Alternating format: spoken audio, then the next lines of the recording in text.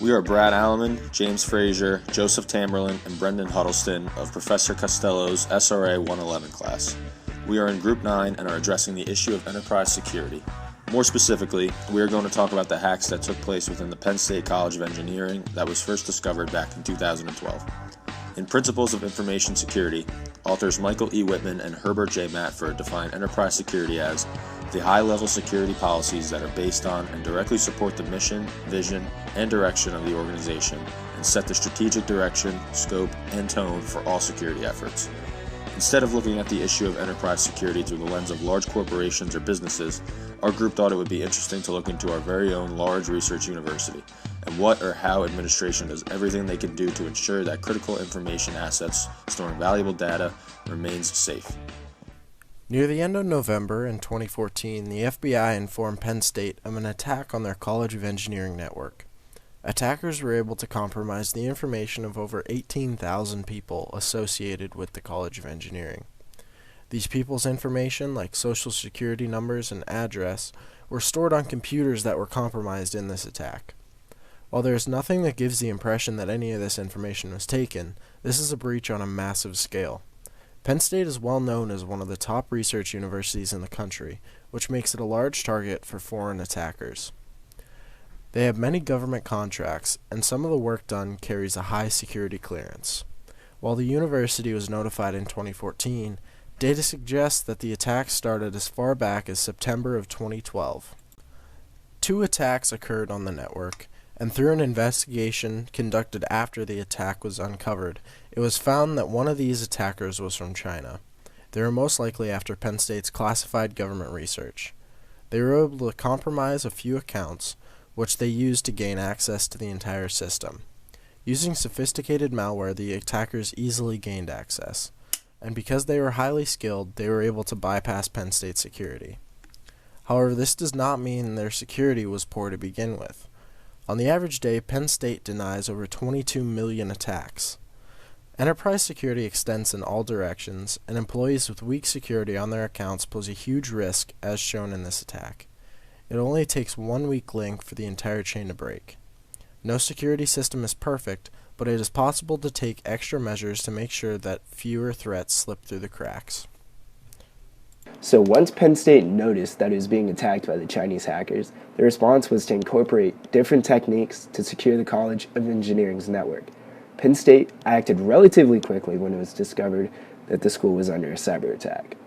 A security section of the computer security company FireEye assisted Penn State with the investigation of the hackers and who they are working with. One of the more serious responses that the university had to incorporate that would affect a significant amount of students and faculty was the shutting down of the College of Engineering's computer network for several days with the goal of rooting out the hackers. Along with shutting down the network, Penn State had to contact approximately 500 different partners of the school about the potential risks of the attack. These partners consisted of different government agencies, companies, and even other universities. Reaching out to the 18,000 students whose social security numbers were stored in the system was no easy task either. The school ended up having to advertise 1 free year of credit monitoring to the students and faculty affected by the attack. So what has the university done to prevent future attacks? One step, and the biggest in helping prevent unauthorized access to faculty and student accounts, is the integration of web access and Duo Security. Duo Security is a third-party service that companies and enterprises can purchase to bring multi-authentication to their platforms. Here's a brief video to introduce what Duo Security is.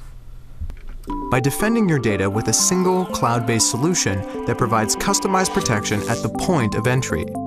Duo stops unauthorized access, regardless if attackers have your passwords.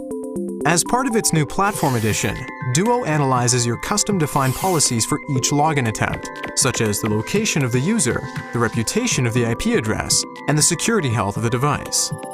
With this integrated approach, Duo looks at the entire access scenario and delivers two-factor authentication when necessary. From an enterprise perspective, what are the benefits? Directly from Penn State's website, they make the following points. 1. Assurance for application owners that only authorized users can gain access to critical information.